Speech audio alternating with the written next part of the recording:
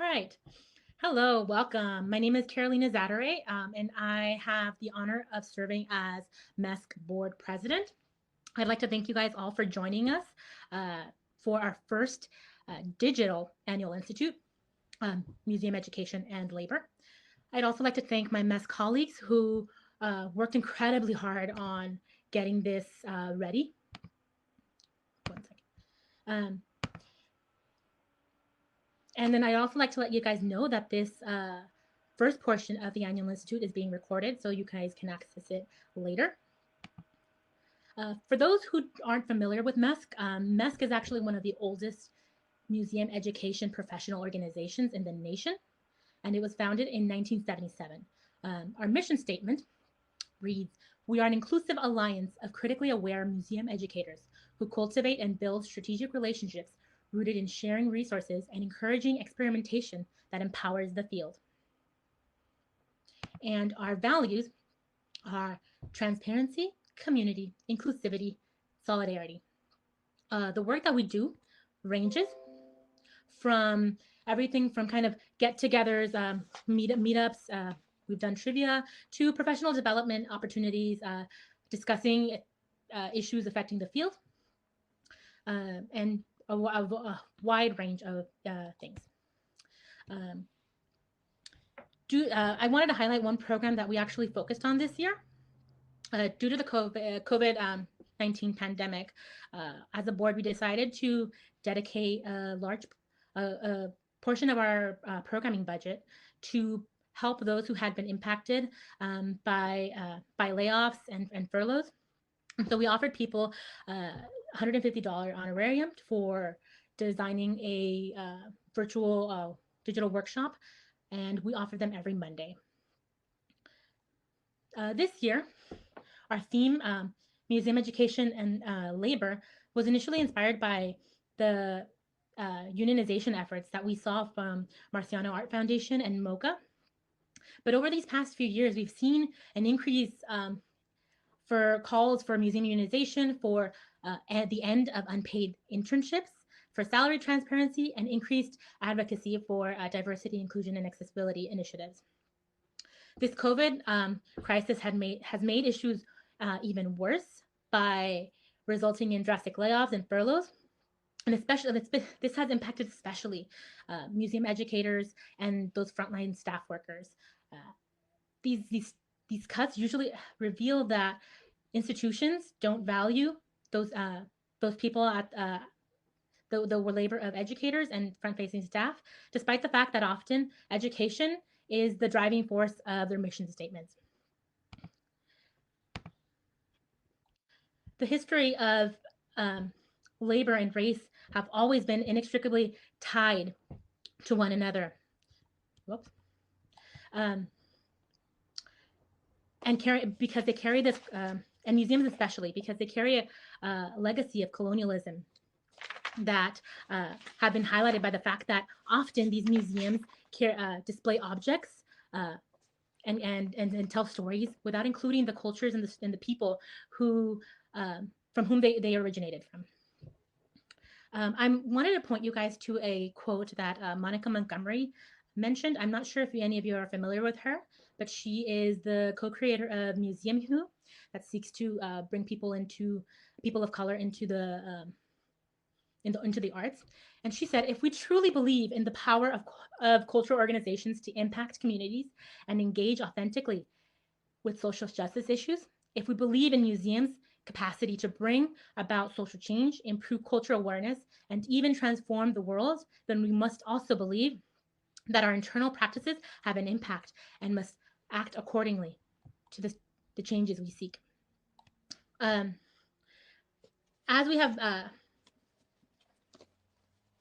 we have mentioned before, MESC stands in solidarity with the Black Lives Matter movement, activists and protesters seeking for change in Southern California and throughout the nation. Museums are not neutral, and it is our task as museum workers to hold our institutions accountable, to put forth initiatives that move forward anti-racist initiatives. Now, to get to what our session is going to look like today. So to give you a glance at our schedule, some of you guys have participated in our self-care session. There'll be another one in the afternoon. We'll be doing our keynote is shortly. Our keynote panel with Q&A with a variety of people of leaders in the field, and Ruben will be introducing them. We'll have a short break to get everything ready for our breakout sessions. And so there'll be 4 sessions which you can choose from. I'd ask that you guys, if you see one session is a little bit full, if you guys can explore different ones. Followed by a networking lunch where we'll be covering a series of different topics. And then we'll be doing closing remarks, followed by our final self-care session. All right, now I'm going to pass it over to Ruben, who's going to introduce our panelists. Oops.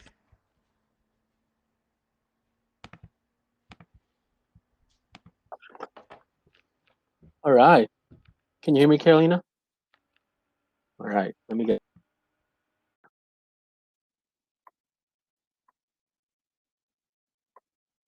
Okay. So I'll go ahead and start. Thank you, Carolina, and thank you all for joining us today in a virtual format. This may be new to a lot of us, but it's something that I think we've gotten used to in the last few months. And it's interesting to see how, as the world changes, people still find a way to connect with each other, and we're all happy that you're all here to connect with museum professionals from really all over the country. Like Carolina said, my name is Ruben Lugo. I'm the Diversity, Inclusion, and Accessibility Board member for MESC, and I'm currently joining you from Simi Valley, California. And I want to take a moment actually to acknowledge that I am on the traditional land of the Micanac and Chumash peoples, past and present, and honor with gratitude the land itself and the people who have stewarded throughout the generations. And I think I also want to acknowledge that since the moment European colonizers stepped foot on this land, before it was even a country, the exploitation began of Native people and African people ripped from their homes to be brought under force across the Atlantic. With this, I ask that you all take a moment wherever you may be joining us from and acknowledge the Native people that have inhabited and still inhabit the land that you stand, and to acknowledge the lives of African people who toiled this land. These are histories that our country has failed to acknowledge, and it's not until we face our past that we can reconcile with our mistakes and begin to move forward. Okay, with that, I am pleased to be joined by 3 wonderful human beings that are going to be jumping on stage with me shortly. They're doing work to move our field forward, and I am honored to have been asked to moderate this discussion, and I very much look forward to this conversation. And also, as the conversation moves forward, feel free to drop questions in the chat. At 11:05, around that time, we will transition our audience to Q&A. So first, we have Paula Santos, a museum educator who relishes teaching diverse and multi-generational audiences. She currently works at Intuit, the Center for Intuitive and Outsider Art in Chicago, and comes to with over a decade of experience in museums such as the Los Angeles County Museum of Art, the National Museum of Mexican Art in Chicago, Brooklyn Botanic Garden, Brooklyn Museum, and the Whitney Museum. She's a graduate of the Leadership in Museum Education Master's Program at Bank Street College, and earned her BA in Art History from Williams College. In addition to her career in museum, she is a host of Cultura Conscious, a podcast on why and how museum and cultural workers work with community. So Paula, can you please come on stage?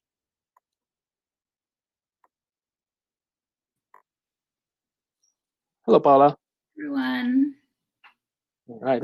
We're also going to be joined by Michelle Millar Fisher. She is the Ronald C. and Anita L. Warnick Curator of Contemporary Decorative Arts at the Museum of Fine Arts, Boston. Her work investigates the confluence power of people in all forms of design, decorative arts, and craft. Previously, she worked at the Philadelphia Museum of Art, the Museum of Modern Art, the Metropolitan Museum of Art, and the Solomon R. Guggenheim Museum. Her current project with design historian Amber Winnick is at Designing Motherhood on Instagram. Again, that's at Designing Motherhood on Instagram. So go ahead and follow her. And she's a co-founder of Art and Museum Transparency. So let's welcome Michelle Millar Fisher to the stage.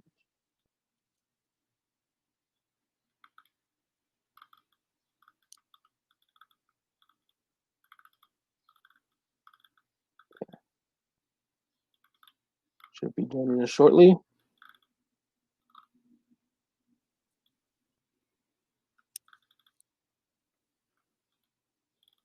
All right, while we wait for Michelle, I'll go ahead and introduce Kiana Hendrick. Kiana Hendrick is a cultural strategist, educator, and author, nurturing equity through art and museum education. She is the recipient of the 2019 National Art Education Association's National Museum Education Art Educator Award. And in recognition for her dedication to equity-centered approaches to community engagement and institutional practices. She currently serves as a school programs manager at the Brooklyn Museum, where she leads a department of dynamic educators to design learning experiences that invite learners to expand their understanding of themselves and the world.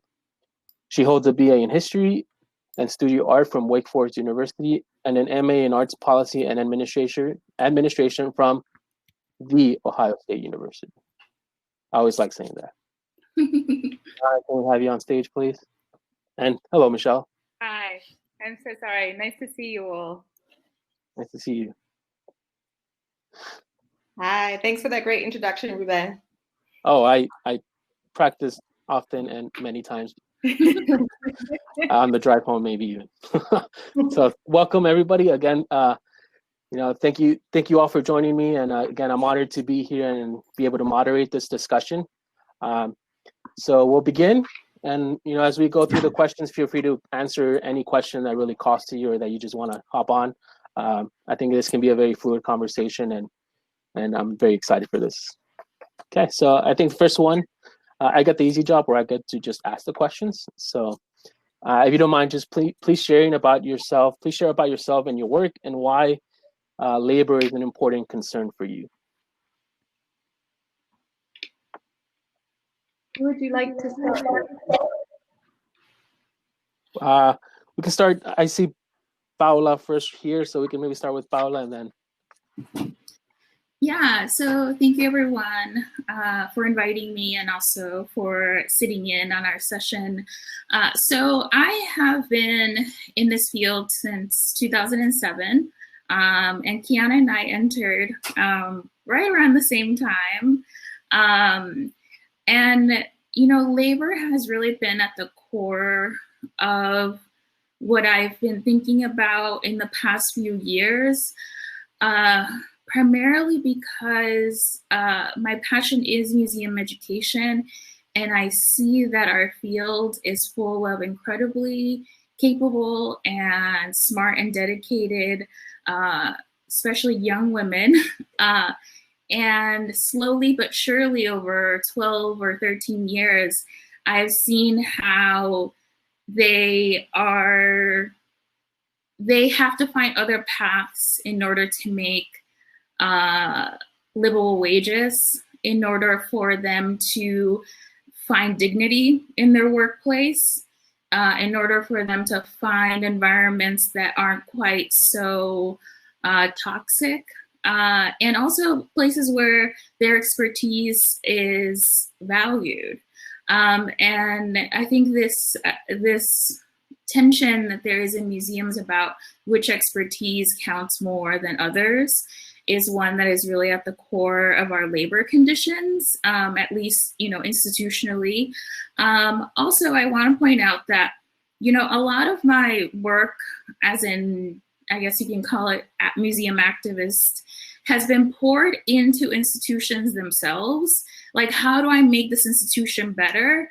And I think over the past couple of years and through some very hard experiences, I have really started to frame it as, what is my practice to, how can my practice be about community care and about the people who work with me, who have worked with me, who are, out there trying to do really, really good work, and pour my, whatever you call it, expertise or learning experiences for them, rather than for any one institution or any one program. And I think that right now with the collective I'm working with for the Museum Workers Fund, we are really, really trying to build solidarity with each other as museum workers. Like, no matter if you're a security staff member, facilities, you're an art handler, museum educator, like, we're all in precarious labor situations, and at any point we could just be a budget line item that gets cut, you know? So I think that this work is not just springing up now. It's built from many other people who have been there for many years. In fact, for me, Museum Workers Speak, I think about 5 years ago, was really kind of the first time I started to think through these issues in a very more systematic way, in terms of like, how does my profession and how does my labor get, what value does it have amongst all other professions and all other types of organizing? And that was 5 years ago, and we're still talking about value and how does our work fit into the larger conversations about unions and pay disparity and all those sorts of things.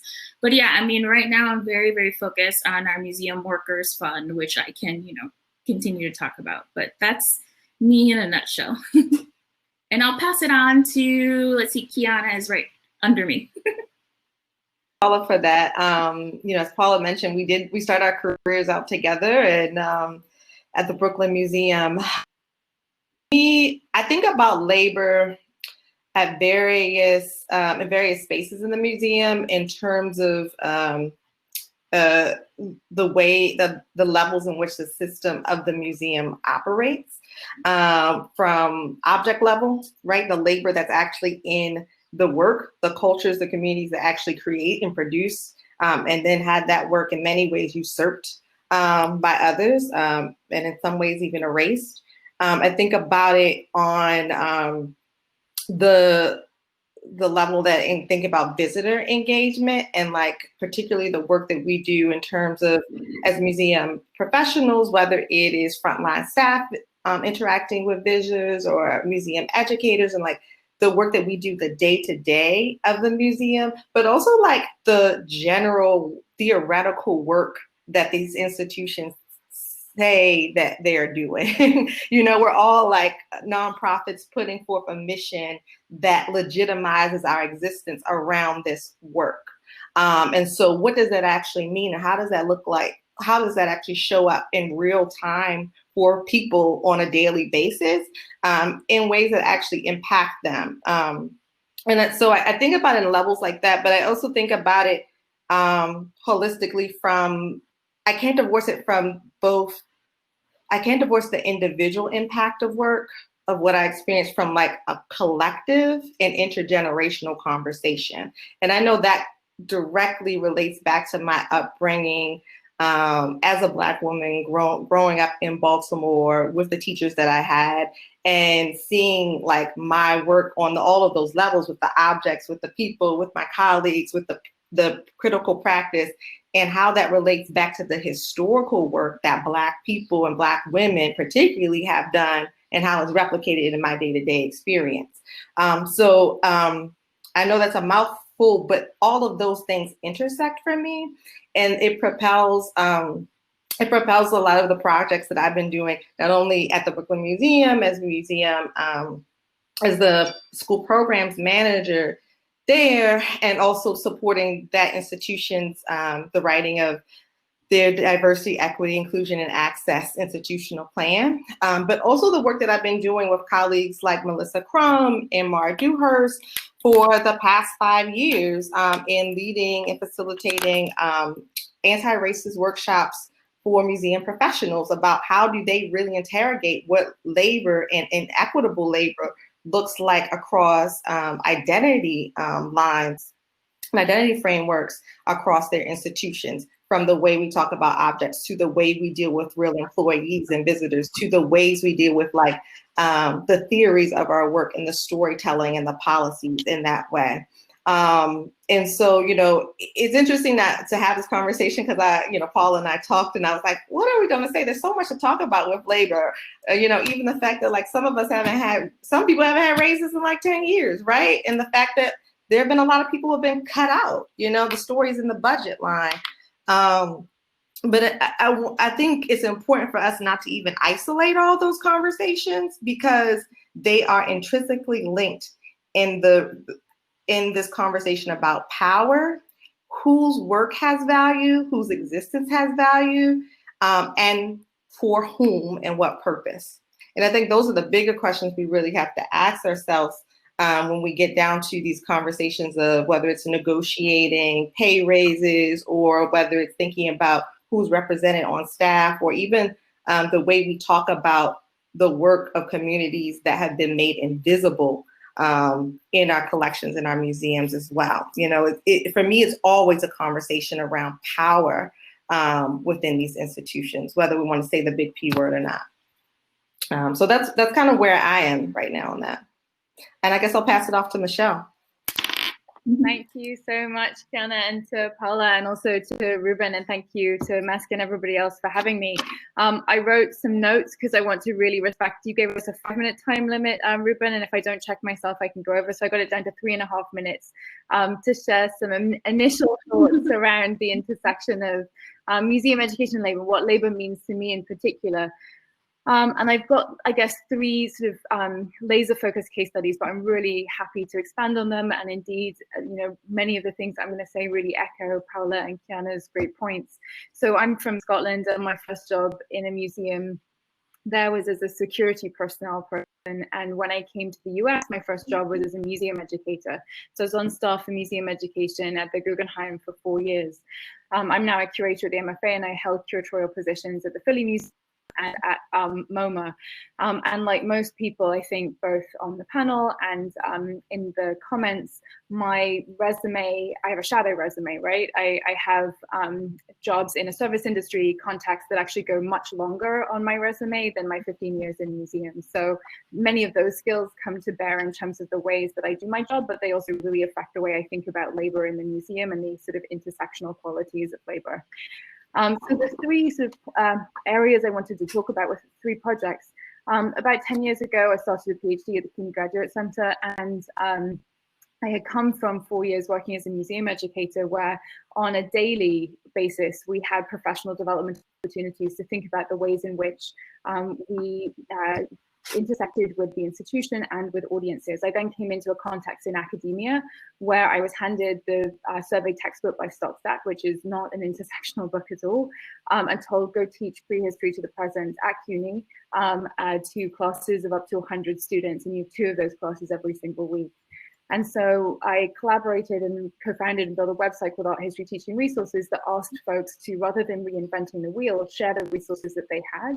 And now it's over its millionth viewer over the last 10 years. It's by no means a paragon of how one might teach, but it is a way of collaboratively working, which was completely not present in academia when I was going through it and training to be an art historian. The second thing I want to talk about is why I went back to get a PhD in the first place. I'd been a museum educator for 4 years, and I think it was Paula who's saying, whose labor do we value in the field? For 4 years, I had come into museum education with a master's and an MPhil. I'm first generation to college, but I got those because I'm in Scotland as a child, and so I get to go to school for free. So I already exist in great privilege there, most people do. I have no student debt because I live in a country where the human rights include education and healthcare. And so I chose to go back to school and get a PhD because I watched for 4 years as me with the same qualifications and my superiors in museum education had exactly the same qualifications as the curators, the 0 agency. And it really pained me. And the sort of cherry on the top was the Tino Segal exhibition at the Guggenheim in 2008, 2009, where he asked an open-ended question in the middle of the museum, what's progress? And as a contemporary artist, he was feted for doing so. It was a wonderful thing, very well-reviewed show.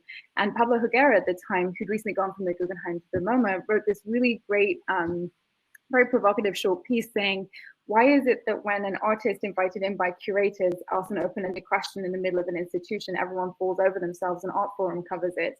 Yet when this happens absolutely every single day with museum educators, many of whom are also, by the way, contemporary artists, this is not something that is in any way supported, and indeed is hierarchy very much looked down upon to a certain extent. So I went back to school because I wanted to disrupt that power differential. I wanted to be able to have a different space of power. And I think it's important to mention AHTR because the power differential that I saw, I went into a program that produces usually curators, and they are working in a space that teaches them to be territorial, non-collaborative, and to think of art history as a closed continuum that Stockstead has written. Many of them break out of that paradigm, but I see those two things as completely interlinked. The curator versus educator paradigm that I often think about, and I know many others do, and art history teaching resources. So then it comes to my last thought. I co-founded about a year ago exactly Art and Museum Transparency, when we broke a taboo in most actually workplaces in the US where we just shared our salaries, and everybody else did as well. And this was walking in the footsteps of many other people. We certainly were not the first people at all to do this. And I want to name check Joshua Bolt, who was in 2012 the progenitor of the Adjunct Survey Project. Pow Arts, who had put out a salary survey, Kimberly Drew, who had spoken about it at AAM in terms of salary transparency with her own personal experiences at the Met. But it was that moment in developing the spreadsheet, and then another about unpaid internships and another about unions. And I credit again my collaborative colleagues within AMT, but also everybody else who showed solidarity by sharing that. It made me realize, much like again, I think what Paula and Kiana said, that this is not about fixing institutions or working within the paradigms that are already there, but thinking actually extra institutionally, because the answers that I had been searching for, I kept going to institutions thinking, how can I make these different in terms of labor practices? And indeed, that's not what's happening as far as I can see right now. Yes, thank you all for sharing kind of where you're coming at from to this conversation, definitely from different perspectives. So I definitely appreciate that. I myself come from it as a, entry-level position at times where I'm at the bottom of the totem pole and I'm trying to understand these ideas of labor that sometimes go over my head. So with that being said, as we know, we are joined by people from entry level all the way to the top, hopefully. What do you see as those labor challenges and questions facing museum educators? And do you see these playing out similarly or different across the different types of museum, for example, art, natural, history, science, cultural museums? So what are those challenges that we have to really consider? Because in order to solve any problem, you have to address the problem. So what are these challenges that you are seeing? I have some thoughts, but I really defer to Paula and Kiana because I just spoke. I'm happy to go again, but go. You can start, Michelle. Yeah, go for it. Okay. I will name the bullet points I have, and then maybe we can decide which one seems the most appropriate to go for. I'd say the first, supremacy. I feel like that's something that not many folks that I'm seeing in leadership are actually naming, but white supremacy for sure. On a similarly maybe well, there's a long arc of white supremacy on a specific note of this past 3 months, the shrinking of museum budgets again, the retrenchment of what is going to be possible, I think is going to affect everyone, but as we've seen, it affects museum educators first and frontline workers first in the museum. And then on a positive note, unionization. So those are the three things I think are particularly germane to talk about in response to your question. I have been thinking a lot about what does museum education look like? For example, when we open our doors in July or whenever it is, I'm in Chicago. And so thankfully my institution did not lay anyone off. And if anything, we've been more and more active than we were before through our digital channels. But if my institution is like any others, we have been applying to grants nonstop for 11 weeks. And each of those grants is about the human impact. Like literally, what are those dollars going to do for people? And it is so short-sighted to see, especially in the first wave of layoffs, the people who were laid off were quite literally the people who engage with the public the most.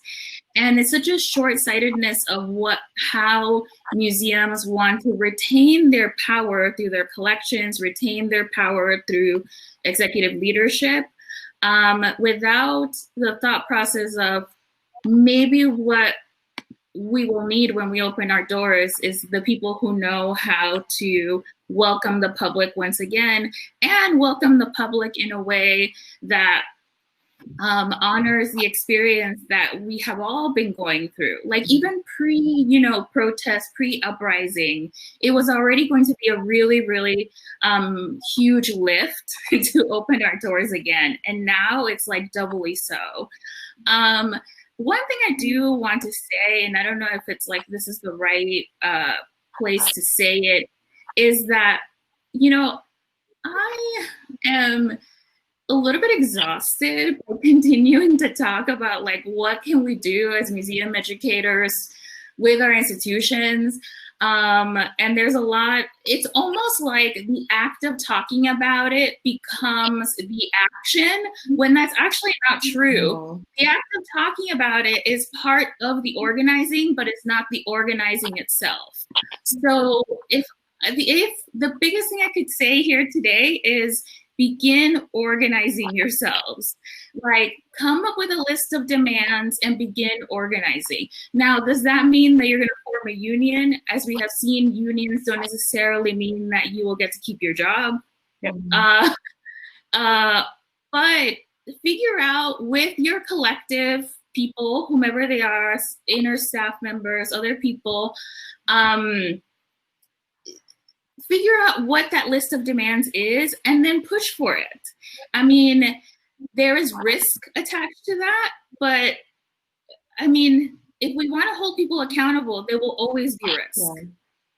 Yeah, I totally piggyback on everything you say, Paula, and I actually want to tie it back into that comment about white supremacy, right? Because, we know, and I've written a lot about this, just thinking about the histories of our institutions as collecting organizations that, for many, not all, but for a lot of the particularly non-ethnically specific institutions, like the larger ones, they come out of this movement in the 1800s to create a sense of national identity, right? That's largely based around a white upper middle class exceptionalism and understanding other people's or non-white upper middle class folks. There is an othering that has happened, right? That's a story we know. We know that narrative.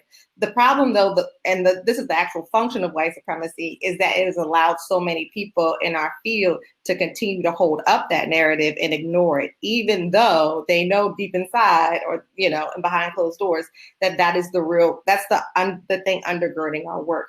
So I think a big thing that's actually holding us back, or a challenge to the labor, is the reluctance to do the real work of having those conversations and the real work of figuring out how do you unpack troubling a field that you really care about that is actually problematic. What happens when the thing that I actually enjoy has actually caused pain to other people, and by virtue probably caused pain to me as well?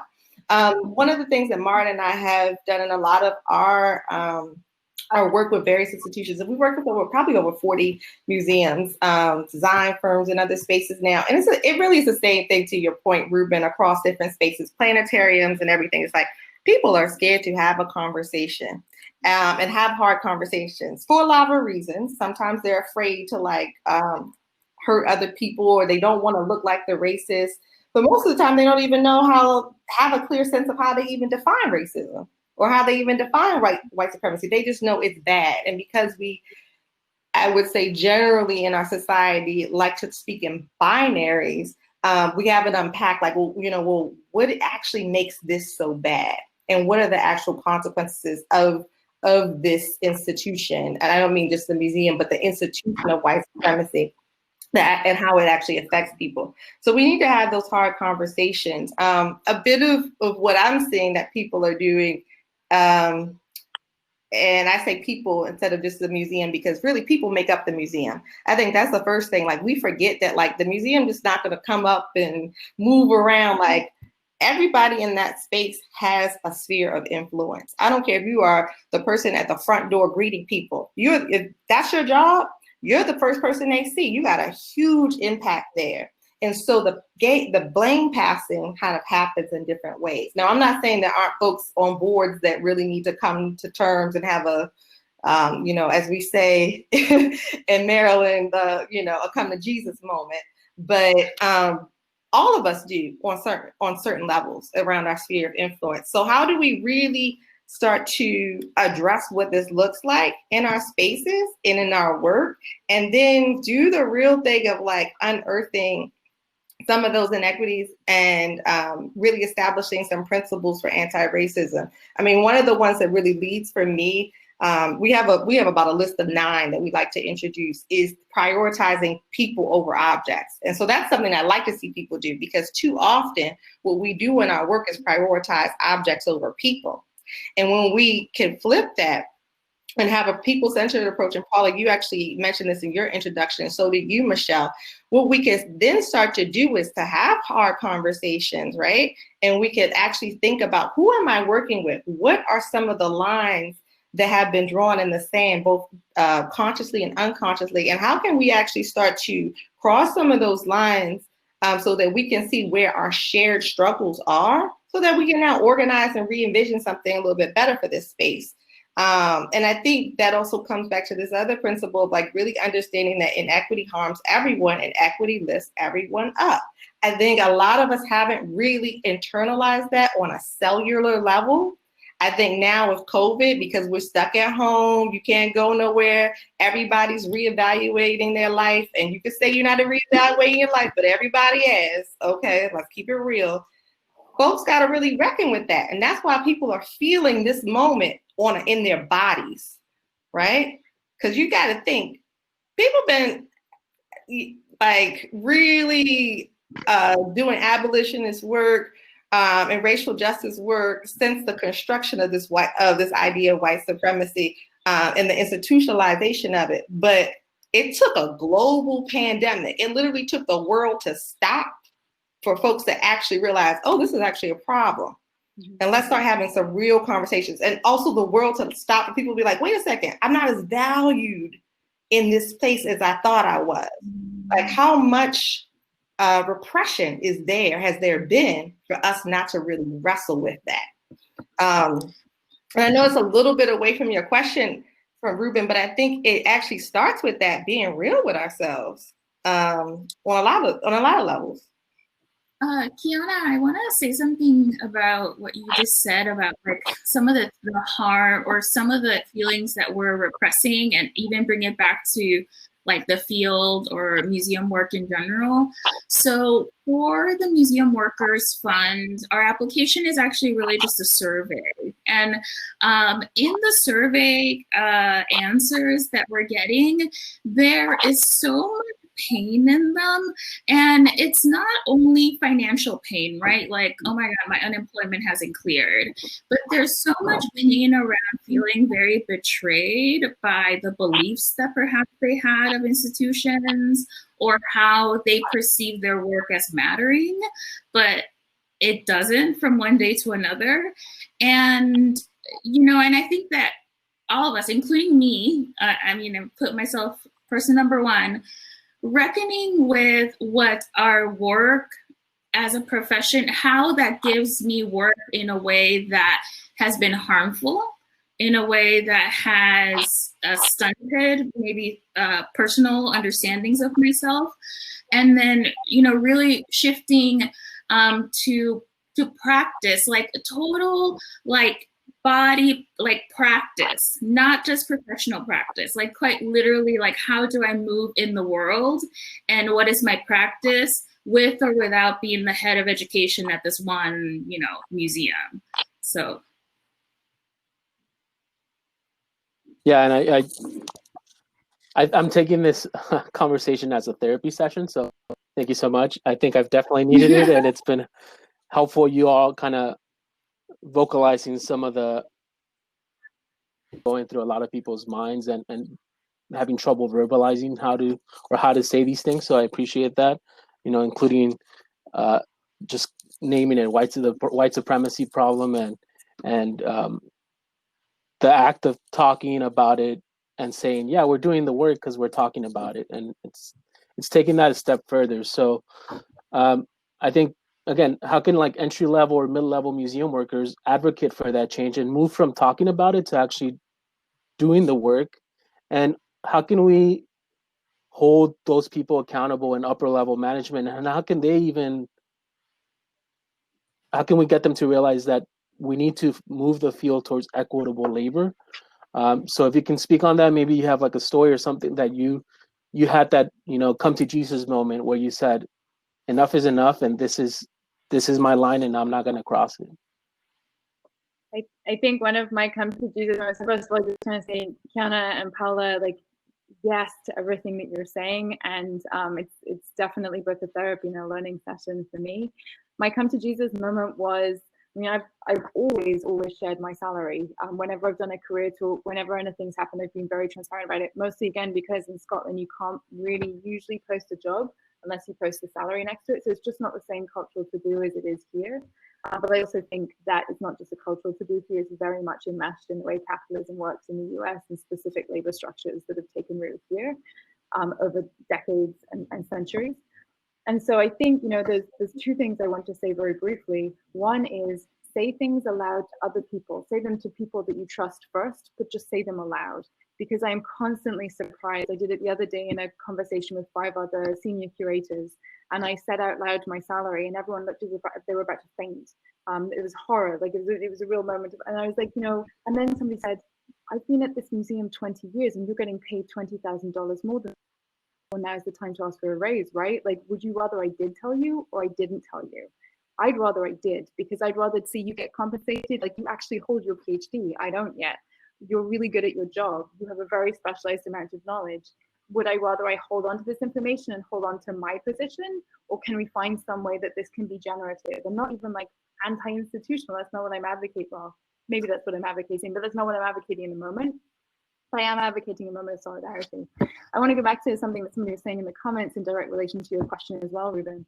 Not only should we be having these conversations at all levels, first with people we trust and then widening those circles, but then also, I want to see more folks who have come up through museum education or who have come up through frontline work, who have facilitated the experiences of other people in a really true way, be in positions of decision-making power. I want to be in a museum which has a director who's gone through museum education or gone through visitor services. And I think that goes back directly to what you were saying, Paula, about how we value different types of work in the museum, which for me is like total bullshit. It's a hierarchy that makes me angry every single day. I've taken time to write about it. I know other people have written about it. It's not that it doesn't have the intellectual capital behind it from many, many sources to point out what a fallacy that hierarchy is. So it's not just, you know, people saying this is wrong. People have metabolized this through, you know, art history, museum studies, other places, although I wish there was more scholarship on it too. But I want to see people, not just a nominal one person who's been through education on a leadership committee at a museum. I really want to see people in decision making, and not all of them will be perfect, but if there's more representation of that kind, then I don't think it'll be more of an us versus them, like having to present our concerns. These concerns will be their concerns. They will understand them in a way that I don't think someone who's only gone the curatorial track or only gone the business track and come into executive leadership can understand it. Ruben, I wanted to go back to one of your comments, because I know that there's also comments in the chat box about, like, if you're like kind of entry-level position, or like what models are there out there? And the answer is that there's no neat way to do this. The way that, you know, I've already been in this field for a little while, but Kiana and I have been talking about, like, you know, that I'm in this moment of like radical imagining. And I think it's because I really, really, really allowed myself to think of my resources and my peers as being organizers in other fields. So in order for us to create the Museum Workers Fund, I talked to people who had organized unions. I had a strike for 3 weeks at their university. I talked to immigration organizers. I talked to immigrations of prison abolition. So there are models outside of our field for how to have a list of demands and how to collectively work towards them. Now, it's interesting we're having this conversation now because prison abolition, let's say 1 week ago, sounds very different than it sounds now. But it is in those places where quite literally racist structures, you're like thinking about how to remove them from society and create a different society. That is where the work and the energy can come from. Because if we continue to look at ourselves and are, we're all making what, $25,000 and, scared for our jobs. The radical imagining it's difficult. There's a lot of boundaries to it. But that's me. And, and I know that, Kiana and I have had conversations about this, like radical imagining, now what? Really true, Paula. And I would even say, like, just on a personal note, like, let me preface this. I see a lot of people who know me in the chat know that I am a workaholic. I have probably an unhealthy relationship to work. I said it, my first step in the healing process, okay? But I will say this. I think, one thing that I have learned significantly about starting to create some structural change is, that organize, like, I've learned a lot, like, in researching, like, the history of Black people in the US and the ways they consistently survive, and thinking about going through the front door and the back door and always having multiple plans. And so one simple thing, and this might sound like, of course, to a lot of people, but there were a lot of times, whether I was in a membership organization, working with someone else, so we just had to have open conversations, as Michelle said, but have them before the meeting. So we're going into the meeting and saying, okay, I'm going to put this on the table. I need you to back it up. You're going to say this, and this is how we're going to show that, like, it's not just like this one person saying this thing, or it's not going to be the solo Black woman out here putting this forth, but like, we are going to push this conversation forward, and we know how everybody at this table will probably respond. If you think that other people are coming to that board meeting and not doing that, you are probably seriously mistaken, because this is the way, again, white supremacy and capitalism plays itself out. So you have to be kind of ready for that. And I've seen some change happen in those ways of saying, like, oh no, we can't actually do that. And it's like, oh, you get a little bit more attention, or of that person who's making some of those decisions. The other thing I will say is talking about money. That is also a function of white supremacy. Like, we hide things that we shouldn't, like, there's certain things that are like inappropriate to talk about. Well, they're inappropriate to talk about because if you don't have people discussing them, then you can't expose the inequity. So having conversations about what resources are being shared here, how much are you making? I mean, sometimes you have to like play that by ear.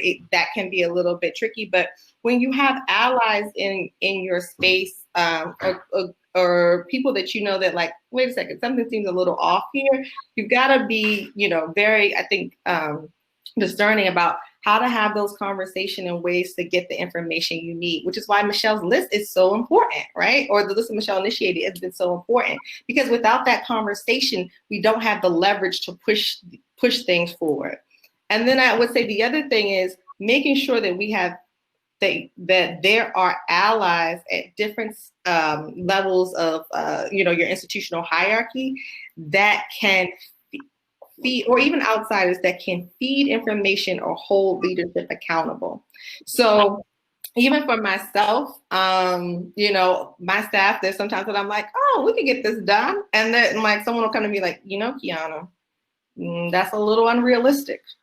Right. And I'm like, okay, all right. There's someone there who's got my ear to be like, wait a second, I need to check myself because that's going to take way longer for that to happen. I know that seems kind of like practical on like a work basis, but we've all stayed an extra 3 hours working on something that we probably didn't need to be assigned with that crazy timeline in the first place. Right. And so I say that as someone who does supervise a team, to have to check myself in that way. And also that person who's going to be like, yo, you need to to leadership, we're going to not do this, and check them publicly. For me, as a consultant, that's been something that's happened where I might go with usually the museum educator that might hire us to have this larger institutional conversation to say, hey, director, so it seems like there's some anxiety here about this work is valued. I just want to confirm with you in front of everyone that you do value their work, right? And tell us more about how you value it, because they're in a place of vulnerability. So how can you leverage your assets, whether it's outside contractors, others who are peer-to-peer, just to hold people publicly accountable? So now that you can bridge those conversations. And then the last thing I was going to say is walking away, which is hard. Because in this economic instance, situation, we're not walking away. We have been left at the roadside in many cases. I'm very lucky to still, I feel very fortunate that, our team is still intact. At the same time, I've been thinking a lot about, well, what if that doesn't happen? What am I going to do next? And the reality is that sometimes I think nonprofits can burn you out to such a point where you forget what you brought to the table initially and what you continue to bring to the table every freaking day, and not looking outside to see what other institutions are doing. You're like, dang, I'm like, how can I even translate? I had a conversation I don't know what transferable skills I have. And someone was like, are you crazy, Kiana? What transferable skills you have? What are the things that are needed now to build the world we want to see, as Paula said, right? And museum educators have a lot of that, right? So how do we just make our own shit? Sorry, Kurt, but make our own shit. And maybe that goes back to the same question of that's the thing that we actually love about our work. And maybe we don't have to uphold these systems and these spaces that weren't serving us anyway. Amen to that. Yeah. Yeah, I think sorry, I'm long-winded. You're fine. I think we're on a delay, so I think we can bleep the cursing, but now I just missed it by saying that comment. Shit. Again,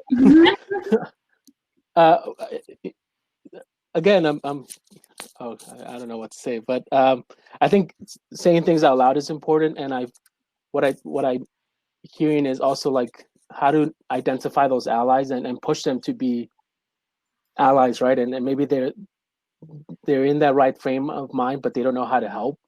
And sometimes it's just saying, it's not just me that's going to do this work. I need you too, right? And you're at a position at a higher level that really needs to have these conversations on our behalf. And I think that's one way that if you're at a lower or entry level position, you can start holding people up top accountable by saying, look, I know how you think, I know where you're at, having those conversations that can be uncomfortable, and then pushing it a step forward to making it even more uncomfortable by saying, you know how I feel now, help me do something with that, right? And one of the things I think, Michelle, that you really brought into the conversation is, and then this idea of oh, what do you make? Oh, I can't tell you what I make, right?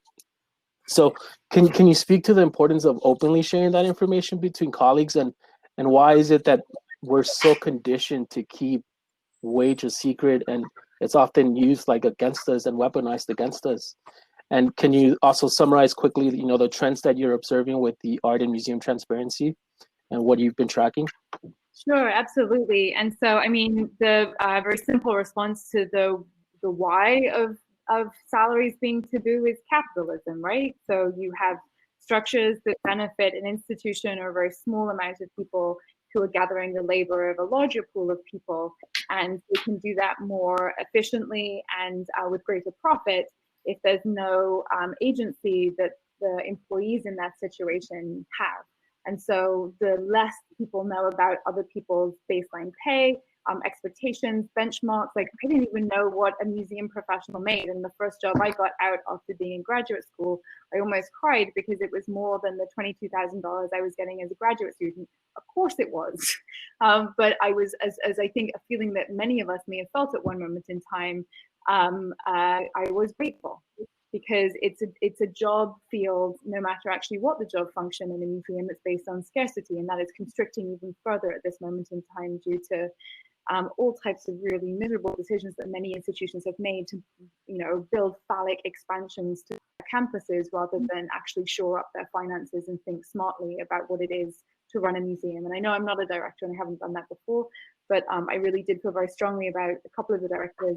No surprise that they were women, I don't think, coming out and saying like they have a civic duty not to contribute to the unemployment crisis. If they're a civic hub as an institution, they shouldn't be doing that. The question that you asked about the reason for this taboo and the ways in which we can go about exposing it relates, I think, to a question that Noe and Jesse had in the comments, which is how do you start to like push these questions up the tree?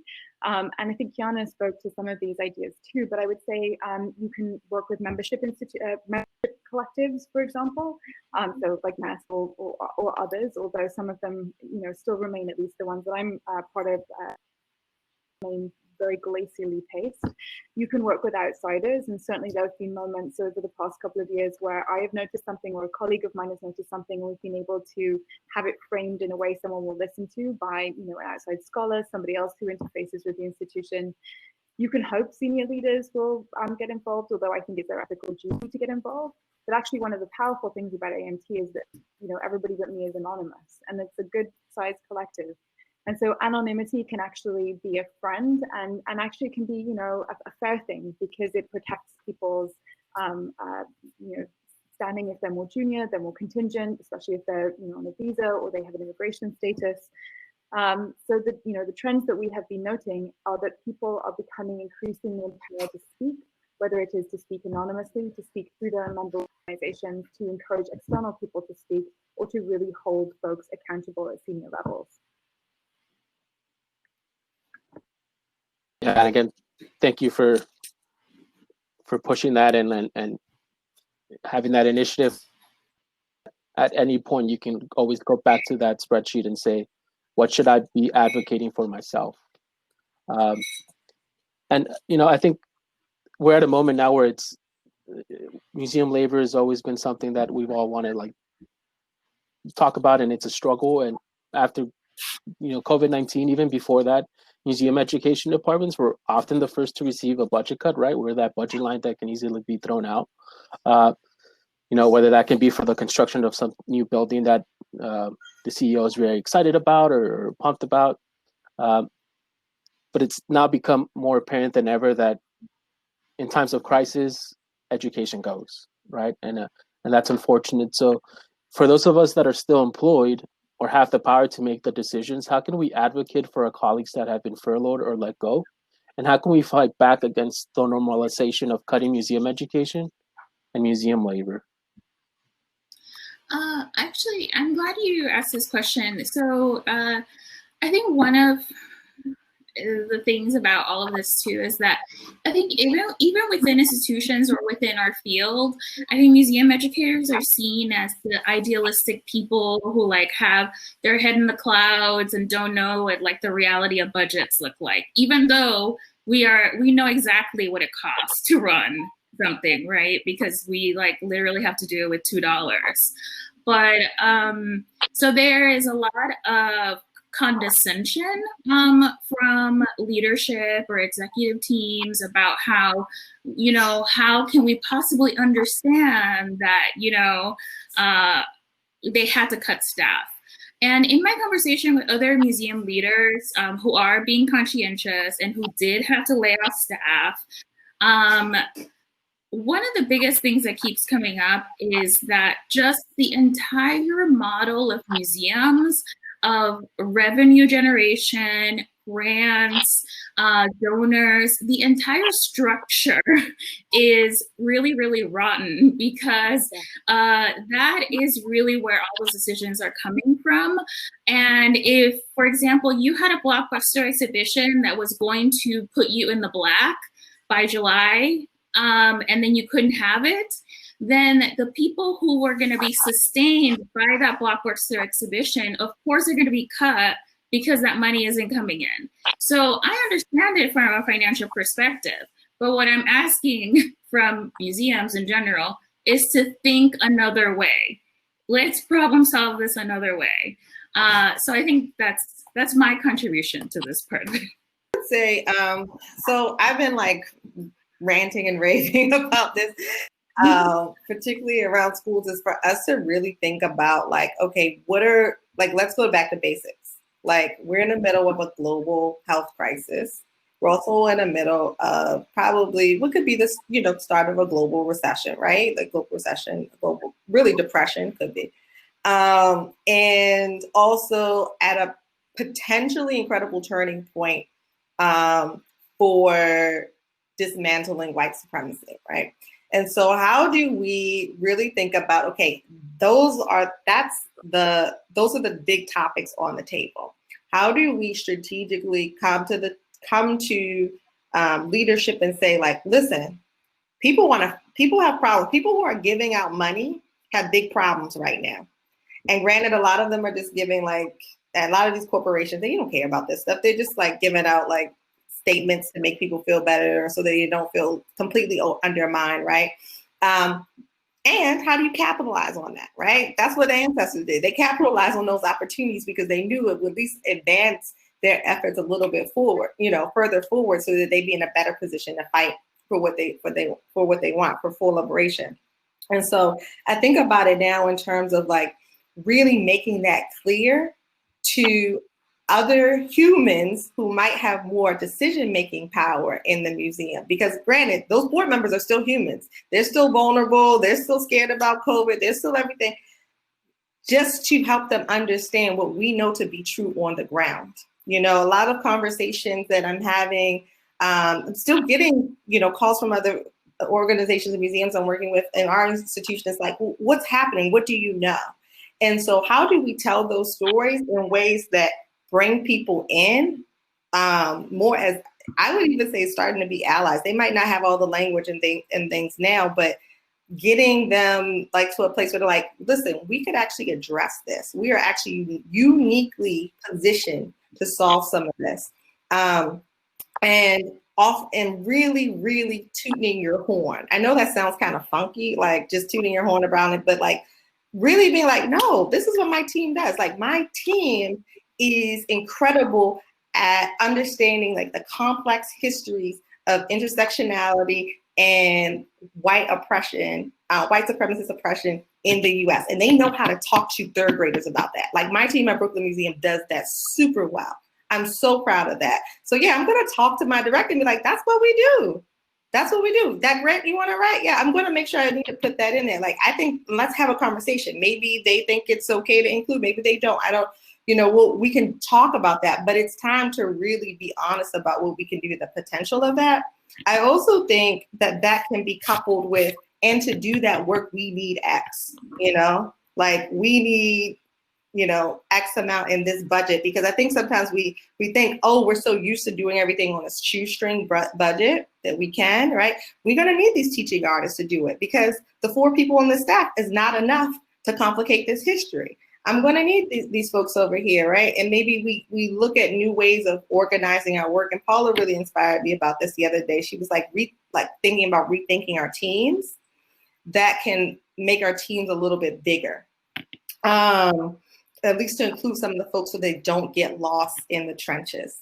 And so I think that's a big part of that. I also think the other part, and I know I keep coming back to this, is really understanding what other opportunities are there. So, I've been like shocked by like how many museum education departments just got slashed, right? I don't know, like, I'm not in that position, so I can't say if it's worth fighting for that job, but I do know, like, those people know how institutions run. So I was just talking to someone I know who got laid off. They were doing incredible programming. I was like, you know how to set up a contract with the DOE. You know how to set up a contract with the city. Set yourself up with one. Make yourself an institutional, a sole proprietor. Set up, you know, maybe you want to set up an LLC. You actually don't need the LLC to have that contract with the DOE. You could do it as a sole proprietor to be a contractor and still get paid. Take all that stuff that they didn't value and sell that. I mean, why not? You made it, you know, the stuff that you couldn't get on the table to do. Like, I don't know, I'm thinking about this, like, how do we allow ourselves a space to do the things that we couldn't do in our institutions independently or collectively, you know, like get those 3 other people. And now we don't have those state lines to stop us now because it's all like digital. Get those 3 people that you love working with and you saw at the conference once a year together and build some stuff with them, you know. I know those DOE are no joke. However, a lot of us know how to navigate that. So, and I saw Naway had a comment. I'm sorry, Ruben. He talked about organizing and presenting demands. I feel like, I wonder if anybody, I feel like that's really important too, especially when it comes to like the scope of work. And I do wonder if anybody, like, that just feels really important to highlight. Kiana, I feel like I just lost a thought. Sorry. I just lost a thought. Never mind. Let's see if I remember it again. Preaching this morning. No, it's just like Hannah. I read Hannah Heller's comment and I was like, oh, out of my mind now. Yeah. Oh, yes. Now I remember. So the Museum Workers Fund, so all of the people who I am organizing with, and there are many people. There's like a dozen of us. One of our members during one of our organizing meetings said something that I actually really, really loved, which is like, what if we could have like a worker-owned museum or like a museum co-op? And I was like, yes, those are other different types of funding models. Like those are ways where we are accountable to each other, like the people who are in these communities, rather than being accountable to people who, you know, are in philanthropy or who are on the board. Like the board would be, you know, the people who are stewards of this work. And I don't know, and I know that like bookstores have been moving in this direction, and like fancy grocery stores, but it has really sparked my imagination. And I wonder if down the line I'll be calling you and being like, do you want to start this museum co-op? I think it actually really speaks to this moment as well. It's something that AMT talked about often, like, what if we could just, like, what if this was the work, right? Because we feel so strongly about the ways in which we're actually able to do good things, interesting things, necessary things, and to pool our skills in that space in ways we can't always in institutions. And it strikes me so interestingly over the last couple of days, week or so. I mean, it's not a new cry by any means, nor a new plan. People have put out very concrete ways that this would happen. But instead of reforming police, people are starting to suddenly understand, like, no, you burn that shit down. Like it's not about reforming, it's about completely defunding, because the structure doesn't work, it's rotten to the core.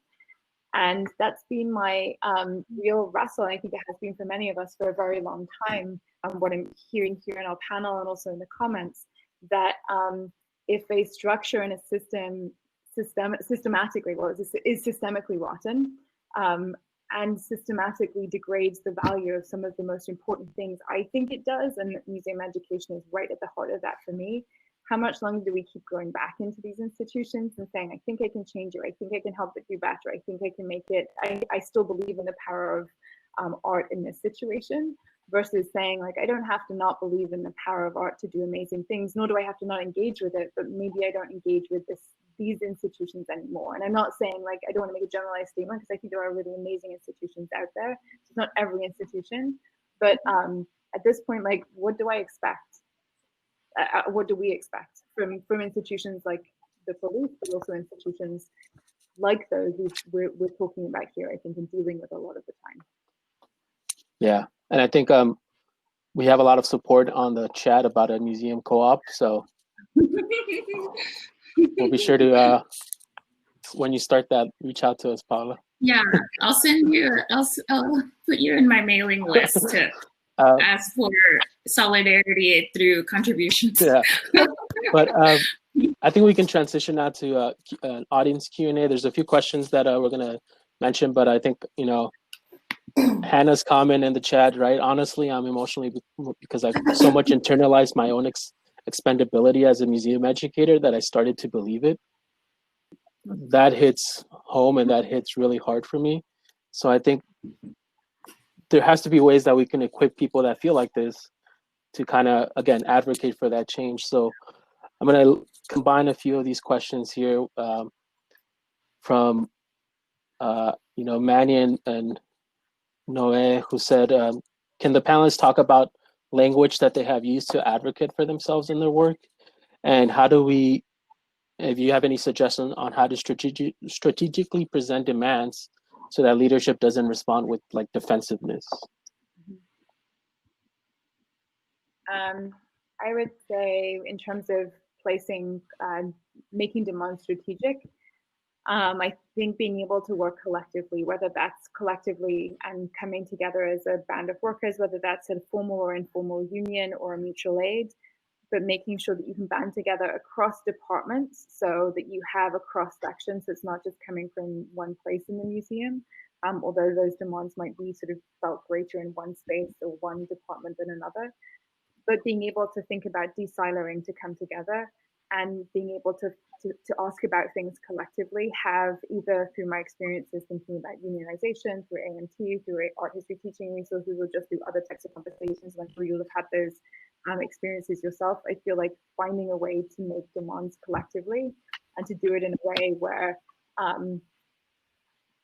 so I feel now that it is imperative for someone like me. I have the first time I have a non-contingent wage, and I have a wage that's a livable wage. It's an ethical and moral part of my compass as a professional. I have to be the one who would publicly go out on a limb somewhat to make sure that others who don't have those privileges within the institution, or indeed without them, some outside of them sometimes, so they do not have to do it in that situation. So I think being able to have folks in the collective who are willing to do that from whatever their position is very helpful too.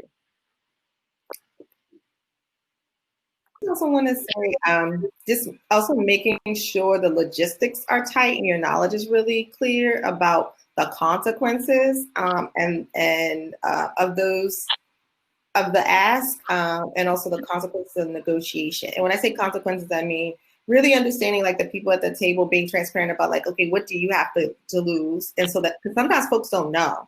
Folks don't really get like, oh, like, I'm a single person, it may be fine for me. I have a family I can go stay with if this doesn't work out. But other folks might be like, I don't have a safety net. And realizing that like, oh, if it doesn't work out, and it, you know, like, how are you also going to maintain that solidarity in relationship? Because that person who might not have a safety net, like that's going to impact them in a very different way. And I'm not saying don't do it, but just to have that sensibility, so it doesn't also, you know, could potentially ruin other organizing opportunities for them later. And also like really knowing like what's in your employee handbook. Like when was the last time you picked that up and actually combed through it seriously, and also contacted HR. Is this still in effect? Because sometimes they'll be like, oh, actually this one is outdated. We're working on a new one, but they won't tell you, right? And so being really clear about that. If you need to talk to someone at the Department of Labor, you can do that anonymously and ask your questions. But get the information. I think sometimes we think, oh, because we're in nonprofits and we've been primed to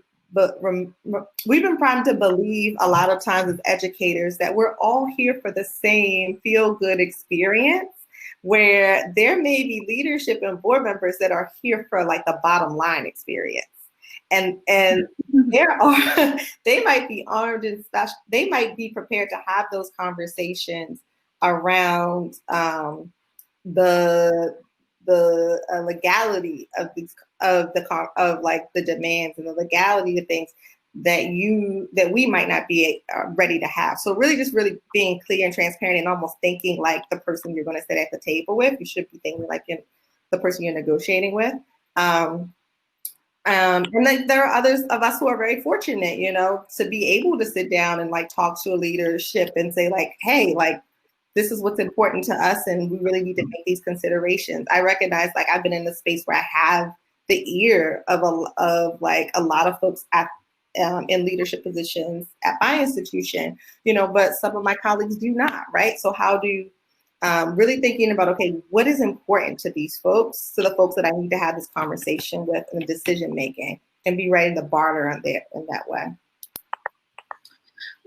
I think all of these things are great, and they're, you know, this could be sessions we can talk more about strategy, and, you know, and for sure, I have felt sometimes that I've been very successful in my strategy through, like, you know, banding together with colleagues and across departments and stuff. I think one of the biggest lessons I've had in the past couple of years is that you can do all the right things, at least, you know, in your purview, your supervisor saying, yes, this is what we want to do. Your institution saying, yes, here's $2 million for you to do the work. Yes, please, you know, join us swiftly so we can do this work together. But none of those things will stop an institution from releasing you from their institution if they are not on board with the work that you're doing. It doesn't matter if your supervisor approved it, doesn't matter if other people in your department are doing the exact same things you just did. Policy and the HR will weaponize all of those little gray areas in order to oust, you know, whomever is doing something someone doesn't like. So I think that's where I'm coming from when I say, like, any type of work where you're trying to say, okay, how are we accountable? How is this museum accountable? There is risk to it. And like, either you're on board for that risk or you're not. It depends on circumstances, right? You know, maybe when I was 24, the risk was super huge and like I would have not had my apartment in New York.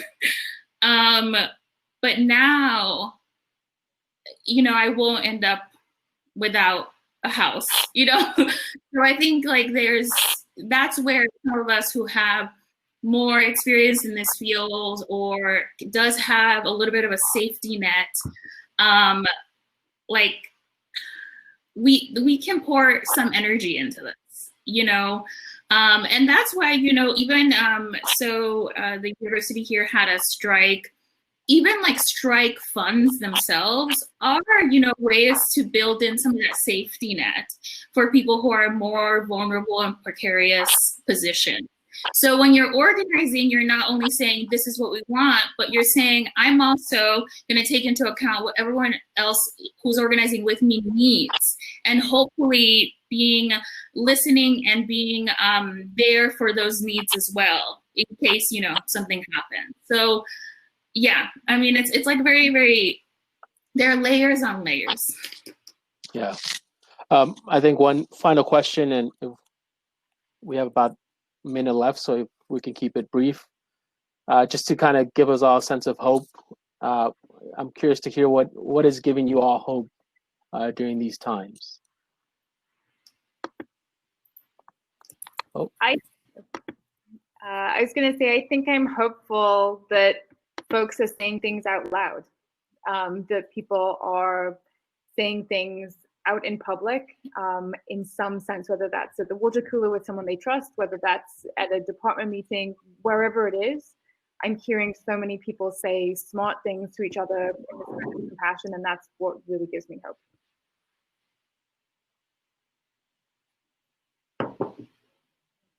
Kiana? I'm struggling with hope. I'm not going to lie. I've been deep in Afro-pessimism. I'm kind of like, where are everybody late?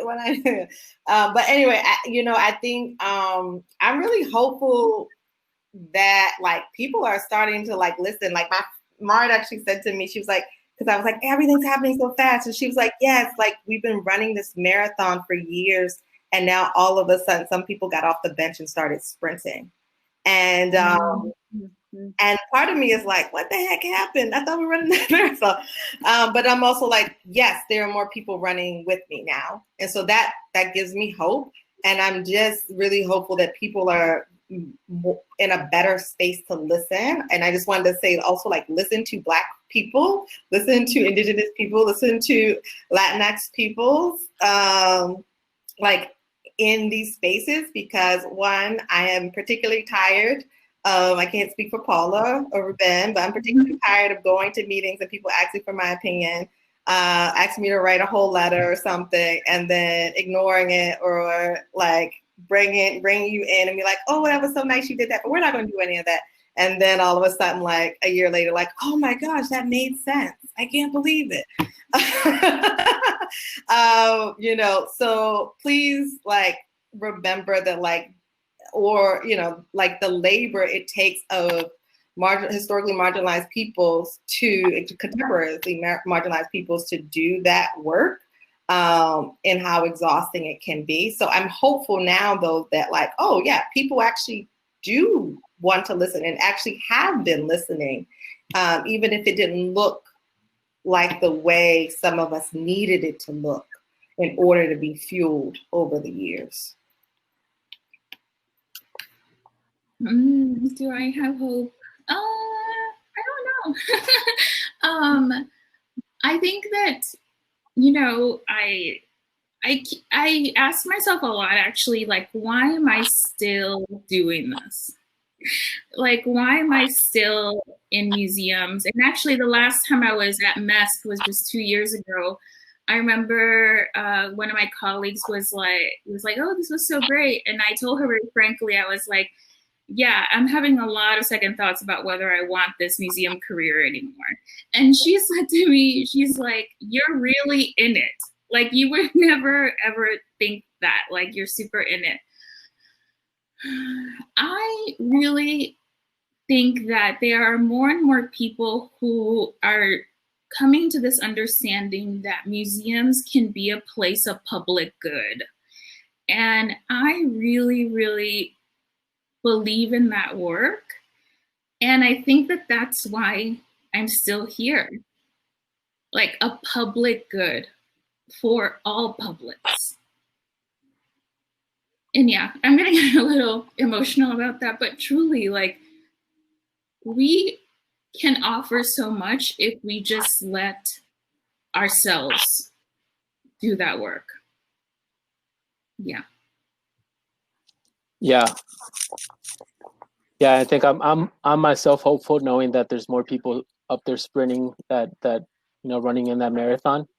And I'm also more hopeful knowing that it's okay not to have hope, right? It's okay not to be the one to always have the hope, because it's time for others to uplift you and uplift the work that people have been putting for years and years and years. So with that, I want to, you know, thank you all for this wonderful conversation. I've definitely enjoyed myself, and it's something that, again, I'll make sure to bill me for the therapy session. I'll make sure to send something your way. But thank you for joining us on stage, and we hope all that you were listening, enjoyed the conversation and the keynote panel. I know we didn't get to all the questions, but I encourage you to take those questions and that how you're thinking and what you're currently thinking to the breakout sessions that are going to start at 11:30. In the meantime, please take a few minutes to stretch, rest your eyes, you know, grab a snack before our breakout session begins at 11:30 again. And you could also maybe meet a new friend via the networking session on the left. If you hit network, you're connected with somebody at random, so you can kind of connect on a one-on-one chat. And on the left, you can also, right here, you can find the breakout sessions. You're just going to hit the sessions on the tab left on the side of the screen. And again, our breakout sessions will not be recorded to allow transparent and private discussions. This has been recorded, and we'll make sure to share with our audiences and all those that have registered. So thank you all for, again, joining us. We're going to stay on stage for a bit to allow the lag to kind of catch up to the live. But thank you all. This is where I practice my smile, because I've been told I have to smile. Thank you all for for this wonderful conversation. Thank you for having us. It was really an honor to be in conversation with you too. Thanks, everybody. This was awesome. Thank you. Live, y'all. Let's move to some pro-Blackness. Yeah. Yes.